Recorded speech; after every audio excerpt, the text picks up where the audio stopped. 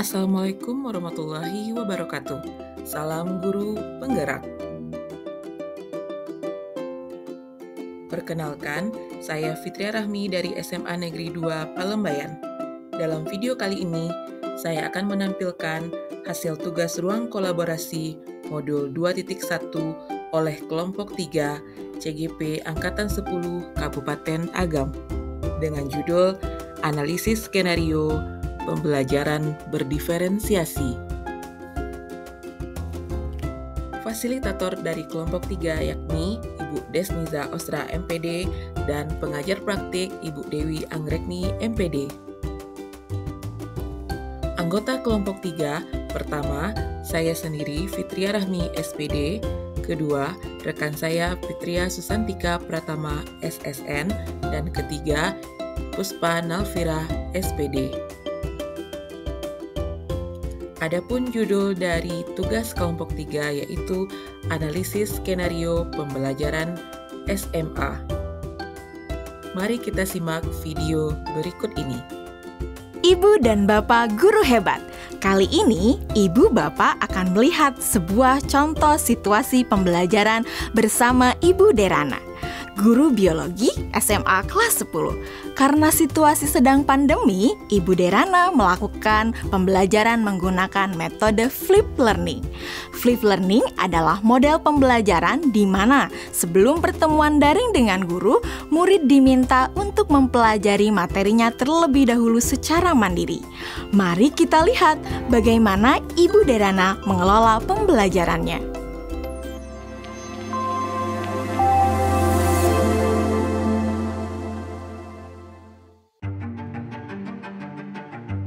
Sebelum mengajar, beberapa hari sebelumnya, Ibu Derana tentu melakukan persiapan terlebih dahulu.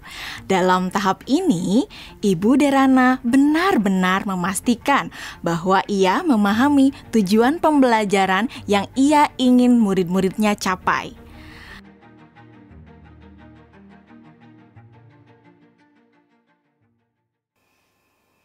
Kemudian, Ibu Derana mempersiapkan bahan dan sumber belajar yang berusaha ia sesuaikan dengan kebutuhan belajar murid-muridnya.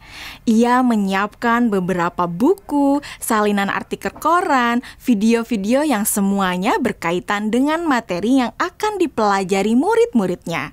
Semua bahan belajar tersebut ia letakkan di Google Drive dan nantinya akan dapat diakses oleh murid-muridnya melalui Google Classroom. Ibu Derana lalu mengkomunikasikan kepada murid-murid melalui WhatsApp Group untuk mengingatkan mereka mengakses Google Classroom mereka. Tahapan ini dilakukan sebelum Ibu Derana bertemu dengan murid-murid di Google Meet. Beberapa hari setelahnya, sesuai dengan jadwal, Bu Derana melakukan pertemuan secara sinkron dengan murid-murid melalui Google Meet. Selamat pagi anak-anak.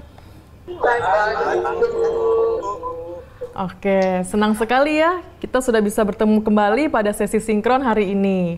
Sebelumnya, Ibu mau terima kasih ya sama kalian karena kalian sudah belajar secara mandiri dari rumah melalui materi yang Ibu masukkan di Google Classroom. Nah, kalian sudah mempelajari semua yang ada di Google Classroom? Sudah. Oke. Jadi anak-anak, pada pertemuan sinkron hari ini, kita akan mempelajari lebih dalam lagi mengenai keanekaragaman hayati. Ibu akan sharing beberapa pelajarannya ke kalian ya.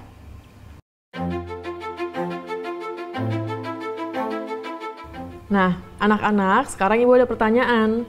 Jawab pertanyaan dari Ibu ini ya. Tingkat keanekaragaman hayati mana yang paling penting dilindungi terlebih dahulu? Mengapa demikian? Keanekaragaman hayati karena ada sumber daya alam tersebut sudah dipastikan lebih terjamin, Bu. Kesehatannya juga fungsinya juga sumber daya alam hayati ini juga lebih sering digunakan dibandingkan dengan sumber daya alam non hayati karena lebih terjamin. Seperti itu, Bu, jawaban dari saya. Oke, jawabannya bagus sekali itu ya. Itu lengkap banget jawabannya. Yang lain sudah mendengarkan dan sudah memahami apa jawaban dari Dwi Melati? Sudah, Bu. Oke, sekarang kita lanjut ke pertanyaan selanjutnya ya anak-anak ya.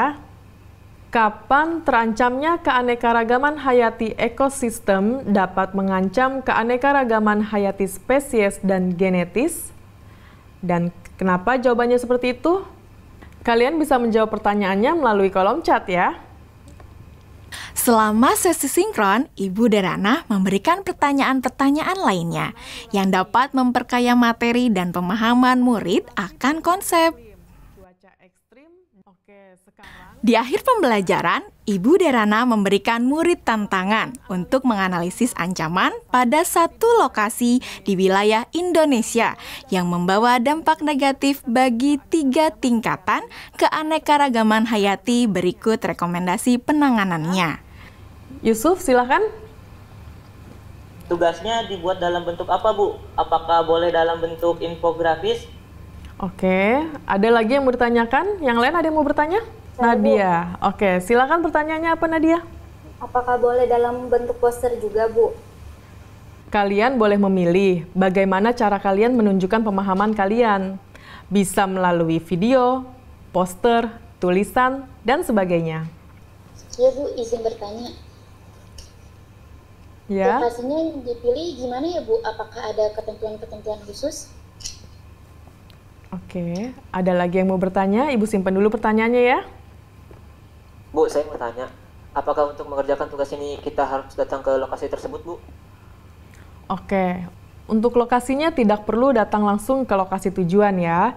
Jadi kalian bisa mencari langsung itu melalui online. Bu Derana melakukan diferensiasi produk dengan membebaskan murid memilih bentuk hasil pekerjaannya atau produk tugasnya sesuai dengan kenyamanan murid.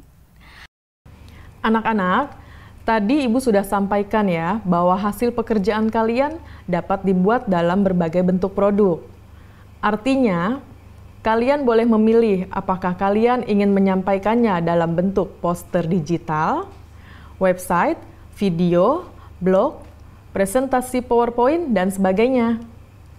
Nah, sekarang silahkan kalian sesuaikan dengan minat dan kenyamanan masing-masing.